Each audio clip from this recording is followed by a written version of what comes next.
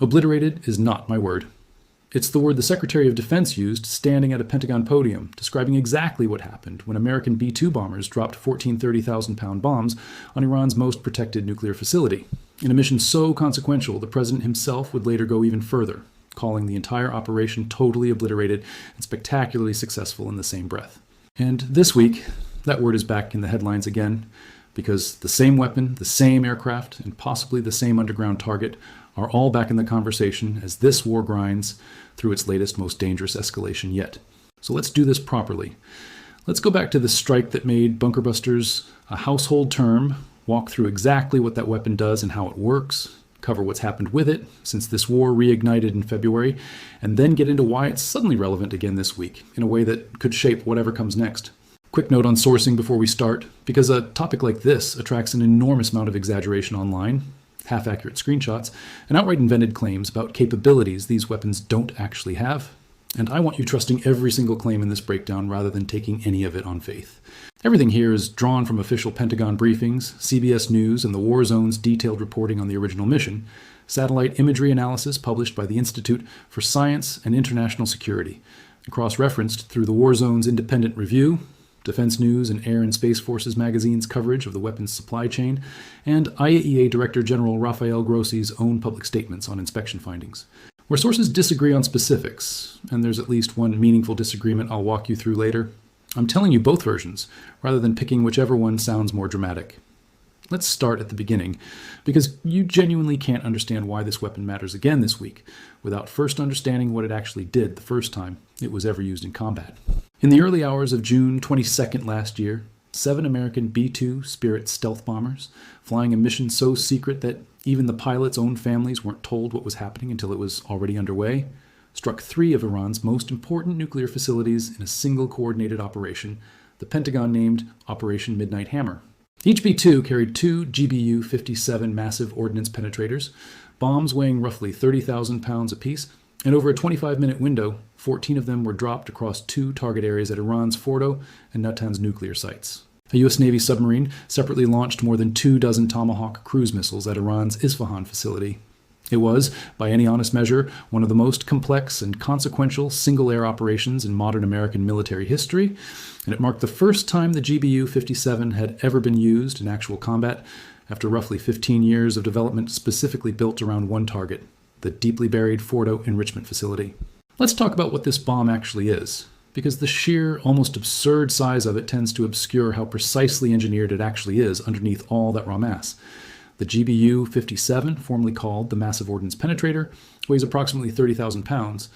is about 20.5 feet long, and is built almost entirely around a single design problem. How do you get a conventional non-nuclear weapon deep enough underground to destroy a facility that was specifically built to survive anything shallower? Fordow itself sits roughly 80 to 90 meters beneath solid rock and soil outside the city of Qom, deliberately positioned that deep, specifically to survive exactly the kind of airstrikes Israel had already thrown at Iran's nuclear program in the weeks before the American strike, part of a broader Iranian strategy of assuming any above-ground or shallow facility would eventually be found and destroyed. Regular bombs simply can't reach that depth intact. They either detonate on impact at the surface or break apart before penetrating far enough to matter.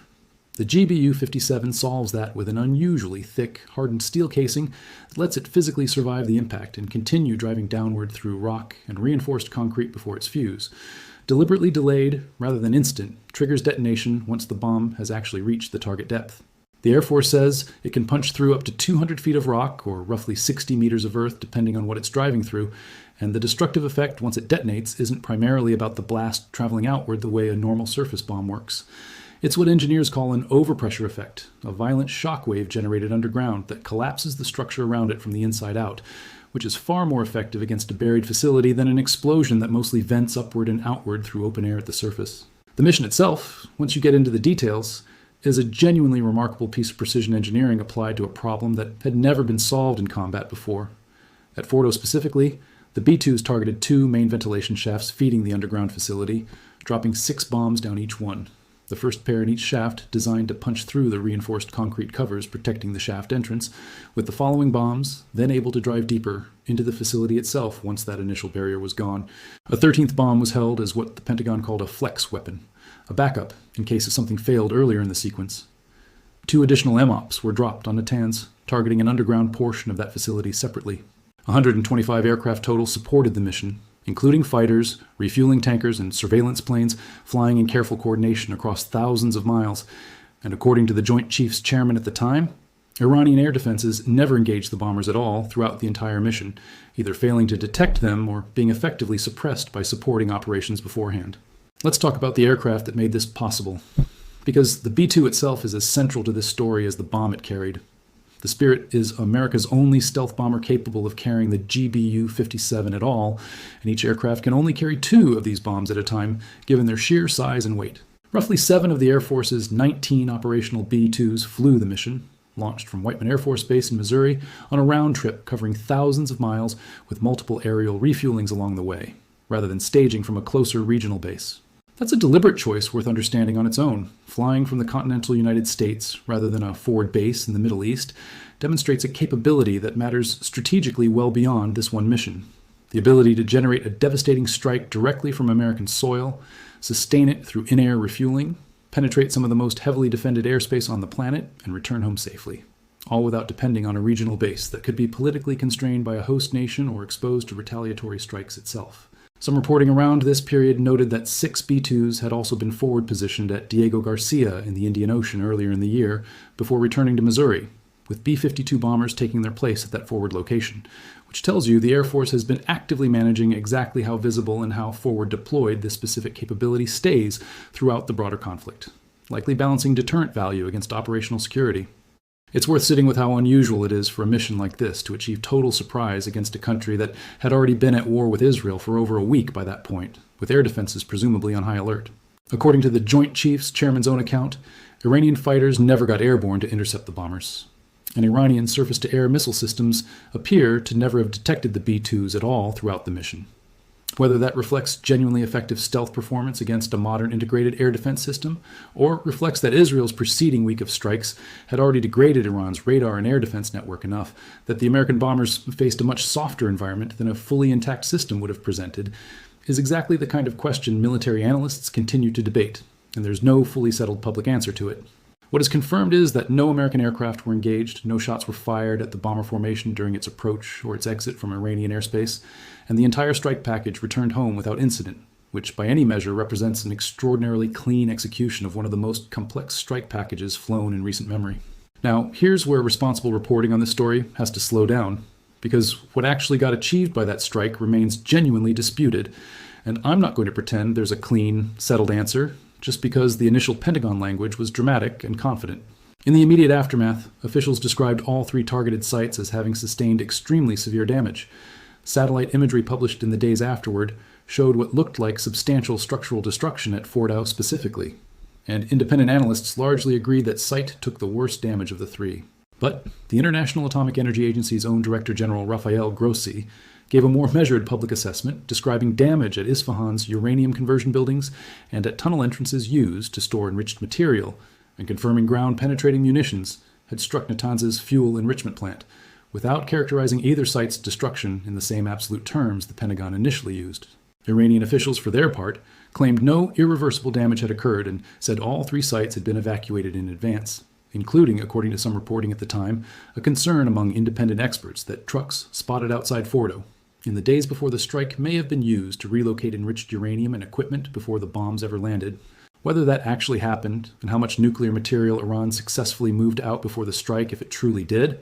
remains one of the most consequential unanswered questions of this entire war, because it directly determines whether Operation Midnight Hammer set Iran's nuclear program back by years or merely destroyed buildings, while the material that actually mattered had already been driven somewhere else. That uncertainty is exactly why this story didn't end in June of last year, and why the GBU-57 has come up repeatedly since this war reignited in February of this year.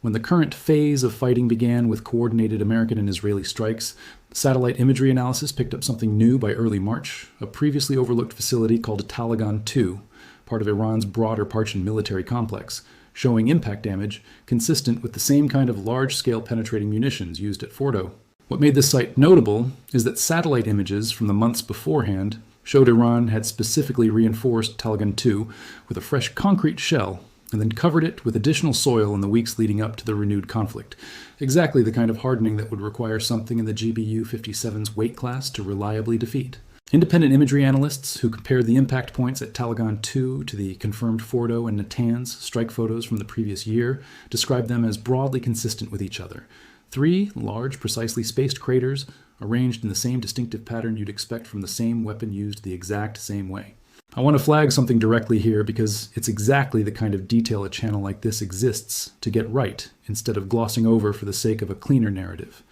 Reporting on a separate strike, this one in April, on what was described as an underground Islamic Revolutionary Guard Corps command bunker in Tehran is genuinely inconsistent across sources about which weapon was actually used. And rather than pick the version that sounds more dramatic, I think it's worth walking through exactly why that inconsistency exists. One detailed defense analysis described it as another GBU-57 strike, continuing directly off the Fordow precedent and framed as evidence of a broader willingness to use the same capability against leadership targets, not just nuclear infrastructure. But the War Zone, doing its own independent review around the same period, reported that CENTCOM had specifically confirmed B-2 strikes on deeply buried Iranian targets using salvos of 2,000-pound class bunker busters, a meaningfully smaller weapon than the 30,000-pound MOP, not the Massive Ordnance Penetrator itself. Those are 2 different reported bomb classes for strikes described in similar terms around the same window of this war, and until there's a single authoritative CENTCOM statement clearly distinguishing which specific strike used which specific weapon, the honest answer is that the exact bomb used in that particular Tehran strike isn't fully settled in the public record, even though the broader pattern, B-2 bombers repeatedly targeting deeply buried Iranian facilities throughout this war, clearly is. Let's talk about where this weapon actually came from, because it wasn't rushed into existence for this specific war. It's the product of a genuinely long, deliberate development effort that Fordow itself helped drive. The program traces back to the early 2000s, developed jointly by Boeing and the Defense Threat Reduction Agency, the Pentagon office specifically responsible for countering weapons of mass destruction and the hardened facilities that protect them. The MOP was purpose-built to defeat what the military calls hard and deeply buried targets, a category that includes underground command centers, weapons laboratories, and exactly the kind of reinforced storage and enrichment complexes Iran had spent years constructing specifically to survive conventional airstrikes. Fordow itself, according to officials who spoke publicly about the weapon's development after last year's strike, was explicitly described as a primary design driver for the entire MOP program from its earliest planning stages, meaning American planners had been building and refining this specific weapon for the better part of 2 decades with this specific facility, or ones like it, as the anticipated target the whole time. That's worth appreciating on its own. This wasn't a weapon improvised for a fast-moving crisis. It was a 15-year investment that happened to reach full combat readiness, right as the exact scenario it was designed for finally arrived, which is a rare thing in weapons procurement generally. It's also worth understanding how this weapon compares to other bunker-defeating munitions in the American and Allied arsenals, because the GBU-57 sits in a category almost entirely by itself. Israel operates its own bunker busters, including American-made GBU-28 and BLU-109 weapons typically dropped from fighter jets like the F-15, but those are dramatically smaller than the 30,000-pound MOP and simply aren't rated to penetrate anywhere near as deep. That gap in capability is precisely why, in the lead-up to last year's American strikes, there was extensive public reporting and debate about Israel, specifically wanting the United States to intervene with its own bunker busters, because Israel's own strikes on Iran's nuclear program in the preceding weeks had caused real damage, but had not been able to touch Fordow's deepest, most protected sections. There's been some hypothetical discussion in defense circles about modifying large transport aircraft, the kind of thing a C-130 Hercules might be adapted for, to carry and drop a MOP-class weapon from cargo doors, which would in theory let other countries beyond the United States field this capability without needing a B-2. As of everything publicly reported so far, that remains purely theoretical, nothing beyond early discussion, and the B-2 remains the only aircraft in the world actually certified and equipped to deliver this specific weapon in combat. There's a broader strategic picture worth drawing out here too, because a weapon this specialized existing at all tells you something about how the entire structure of modern deterrence around hardened, deeply buried facilities has shifted over the past 2 decades. Countries that wanted to protect a strategic asset, a nuclear program, a command center, a missile storage complex, used to be able to rely fairly confidently on burying it deep enough underground that conventional air power simply couldn't reach it, forcing any adversary into either a ground invasion or accepting the facility's survival. The GBU-57 was built specifically to close that gap, at least for the United States, which is exactly why defense officials, When asked directly whether the weapon might also be relevant against deeply buried facilities built by other countries, including facilities built by China, notably declined to rule that possibility out, saying only that the Pentagon continually analyzes the weapon's capability in relevant environments without discussing specifics beyond what's already public. That response tells you Fordow was the proving ground for a capability with implications well beyond Iran specifically, and that whatever gets learned from how this weapon performed against Iran's underground facilities is almost certainly informing planning against other hardened targets around the world that have nothing to do with this particular war. Let's also talk more about the battle damage assessment process itself, because understanding how the military actually determines whether a strike like this worked helps explain why the public conversation about it stayed unsettled for so long afterward. The Pentagon office that helped develop the MOP has said explicitly that it was waiting for comprehensive battle damage assessments from the strike before drawing conclusions about how well the weapon actually performed, with that data intended to inform design improvements for future, even deeper penetrating bunker busters currently in early conceptual planning. That's a meaningful admission on its own. The people who built this weapon and who have every institutional incentive to declare it an unambiguous success were still, weeks after the strike, treating its actual real-world performance as an open technical question requiring further study rather than a settled fact. Battle damage assessment for a deeply buried facility is inherently harder than for a surface target. You can't simply look at a crater and know what happened to a cascade hall 80 meters underground. You need seismic data, careful analysis of ventilation shaft damage, and ideally on-the-ground inspection access that a hostile, non-cooperative government has no obligation to provide. That's exactly the kind of uncertainty that explains why officials could confidently describe extremely severe damage in the initial announcement, while independent assessments a month later were still describing the picture as considerably more mixed. I want to bring in one more piece of context about Iran's nuclear program broadly, because it shapes how much any of this actually matters going forward, even beyond the specific bunker buster question. In the days just before the original strikes last year, Iran's foreign ministry and its atomic energy organization issued a joint statement claiming the country had constructed a third uranium enrichment facility, separate from Fordow and Natanz, that would begin operations soon. The IAEA's Grossi stated at the time that Isfahan was considered the most likely site for that undisclosed third facility Iran had referenced. If that's accurate, it means Iran may have already been actively working to diversify and disperse its enrichment capability beyond the two sites everyone already knew about and was watching closely. Specifically, the kind of redundancy that would make a strike focused narrowly on Fordow and Natanz alone considerably less strategically decisive than the initial obliterated framing suggested, regardless of how much physical damage those two facilities actually sustained. Whether that third facility, wherever it actually is, has itself been identified and struck at any point during this year's renewed fighting isn't something I can confirm from the sourcing available, and I'd rather flag that gap honestly than guess at an answer that sounds more satisfying. There's a supply and production story running underneath all of this that matters just as much as the strikes themselves, because it shapes how much of this capability the United States can actually keep using going forward. The GBU-57 is built by exactly one company, Boeing, which the Air Force has stated holds unique, specialized expertise developed over roughly 18 years of adapting the weapon to evolving mission requirements as the threat picture around hardened targets has changed, and which functions, as what defense analysts call a vendor lock, meaning the government can't simply shop the contract around to a competitor for faster or cheaper production, even if political pressure to do exactly that were to build. After Operation Midnight Hammer expended a meaningful chunk of the existing inventory, the Air Force awarded Boeing a sole source contract, valued at more than $100 million,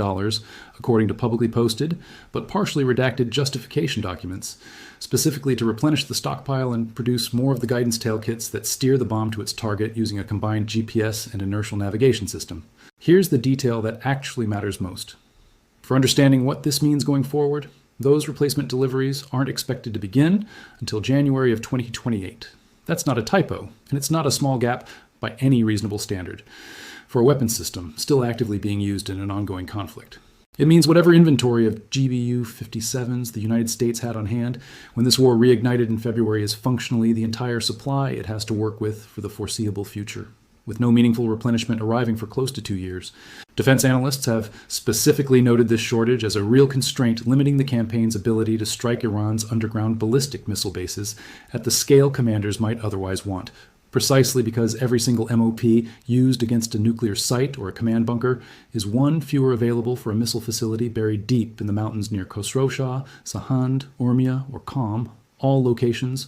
reportedly hosting exactly the kind of hardened missile infrastructure this weapon was built to defeat. So let's bring this fully current, because this is exactly why bunker busters are back in the headlines this specific week, rather than being old news from a year ago. Earlier this week, in a separate interview, the president named a specific, previously unconfirmed target, a heavily fortified underground facility south of Tehran, known publicly as Pickaxe Mountain, sitting roughly a mile and a half from the Natanz nuclear complex and buried under hundreds of meters of solid granite, reportedly built specifically to survive exactly the kind of bunker-penetrating weapons that hit Fordow last year. He said the site was being watched closely and would probably get hit relatively soon. That site went untouched during Operation Midnight Hammer and hasn't been confirmed as struck during any of this year's fighting either, which on its own tells you something about how Iran has adapted its nuclear infrastructure strategy since last year's strikes. If Pickaxe Mountain was specifically built or reinforced with granite depth in mind, that reads as a direct response to watching Fordow get hit. A lesson learned that shallower depths and softer surrounding rock, even 80 or 90 meters down, weren't enough to guarantee survival against the American arsenal, and that genuine safety now requires burying the next generation of protected facilities even deeper and in far harder geology than anything targeted so far. That's the kind of action-reaction cycle that tends to define this sort of long-running standoff between offense and defense. A strike proves a vulnerability, the vulnerable party adapts by going deeper and harder, and the offense has to decide whether its existing weapon can still reach or whether an entirely new generation of penetrator needs to be developed. And this is where the honest, uncertain part of the story matters most.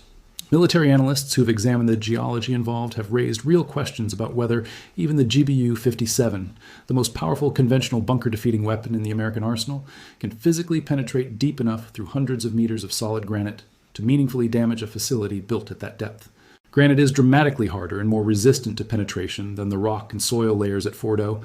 and if that skepticism from outside analysts holds up, it raises a real possibility that even a direct hit with America's most powerful conventional weapon might not achieve what officials are publicly suggesting it could. That's not a reason to dismiss the threat. Given everything that's happened this year, the administration has shown real willingness to follow through on infrastructure and nuclear-adjacent threats it makes publicly, but it is a reason to watch closely for whether any strike on that specific site gets confirmed as actually reaching and damaging the facility, or whether it turns out to be another example of a threat that's harder to execute in practice than it sounds in a television interview. Let me give you my honest assessment of where all of this actually stands, because a story with this much technical detail deserves a clear bottom line rather than just a pile of facts. Operation Midnight Hammer was a genuine, historic achievement in pure engineering and execution terms, a 15-year weapons program proven out in combat for the first time, delivered with total surprise against one of the most heavily defended underground facilities on the planet, executed without losing a single aircraft or taking a single shot fired in anger against the formation. On the pure military craft of the mission itself, there's very little room for legitimate criticism. Whether it achieved its actual strategic objective, permanently setting back Iran's ability to enrich weapons-grade uranium, is a completely separate question from whether the mission itself was executed well. And on that specific question, the honest state of public knowledge a year later is still genuinely mixed. Serious damage confirmed at Fordow, more ambiguous outcomes at Natanz and Isfahan, an unresolved and important question about how much enriched material and equipment Iran may have relocated before the bombs ever landed. And now, a credible but unconfirmed possibility that a third enrichment site nobody outside Iran had fully mapped may still be sitting untouched somewhere in the country. The strikes this year at Taliban II and reportedly in Tehran show the United States has kept relying on this same underground facility defeat capability throughout the renewed conflict, not as a one-time show of force, but as an ongoing tool it keeps reaching for whenever a new hardened target gets identified, which tells you something important about how this specific war is actually being fought day to day beneath the bigger headlines. This isn't a conflict built around one dramatic knockout strike that ended things. It's a grinding, iterative campaign where American and Israeli intelligence keeps identifying newly hardened or newly discovered facilities, and the B-2 and GBU-57 pairing keeps getting called back into service to deal with each one as it surfaces. That pattern, discover a hardened target, verify it with satellite imagery over weeks or months, then strike it once enough confidence in the target picture exists, is a meaningfully different kind of war than the single dramatic opening night a lot of casual coverage still imagines when this conflict comes up. And the supply chain reality, a single manufacturer, a multi-year gap before replacement bombs arrive, and analysts openly questioning whether the newest potential target might be too deep in solid granite for even this weapon to reliably defeat, tells you the United States is operating with a genuinely finite, carefully rationed version of its most powerful conventional weapon at exactly the moment this war keeps generating new hardened targets faster than that inventory can be replenished. That tension, a proven, historically significant capability that's simultaneously running low with no fast way to restock it, is probably the single most underappreciated storyline in this entire war, because it doesn't produce a dramatic headline on its own the way a strike does, but it quietly shapes every targeting decision commanders are making about which hardened facility gets prioritized and which one waits. What I'd watch for next is straightforward. Whether Pickaxe Mountain actually gets struck, and if it does, whether follow-up satellite imagery and independent analysis shows the kind of confirmed structural damage that Fordow displayed last year, or whether the site's extreme depth in solid granite genuinely proves resistant even to America's best conventional option. That single data point will tell you more about the real limits of this weapon, and by extension, the real limits of what conventional air power alone can achieve against Iran's most protected facilities, than anything said in a television interview this week. Two things before you go, because on a topic surrounded by this much exaggeration online, they genuinely matter. If breakdowns like this, the kind that separate what a defense secretary claimed at a podium from what independent satellite imagery and the IAEA's own inspectors actually confirmed afterward, are useful to you, hit subscribe and turn on notifications, because this exact weapon is likely to be back in the news again soon, given everything discussed here today, and I'd rather you hear the carefully sourced version first than whatever version ends up trending on social media without any of this context attached to it. And leave a comment telling me what you want covered next, whether Pickaxe Mountain actually gets struck, and what the resulting satellite imagery shows once independent analysts get a look at it, a deeper dive into what independent nuclear inspectors currently believe happened to Iran's enriched uranium stockpile since last year's strikes, and whether any of it was successfully relocated beforehand, or a closer look at how this specific bomb supply shortage might shape decisions about hitting Iran's underground missile bases in the months ahead, given how limited the current inventory apparently is. Those comments genuinely shape what gets covered next. And on a story with this many open threads still unresolved, that feedback matters more than usual. Thanks for watching. And stay with this story, because whatever happens, with the next hardened target Iran is protecting, is going to tell us a lot about whether this weapon's reputation actually matches its real physical limits.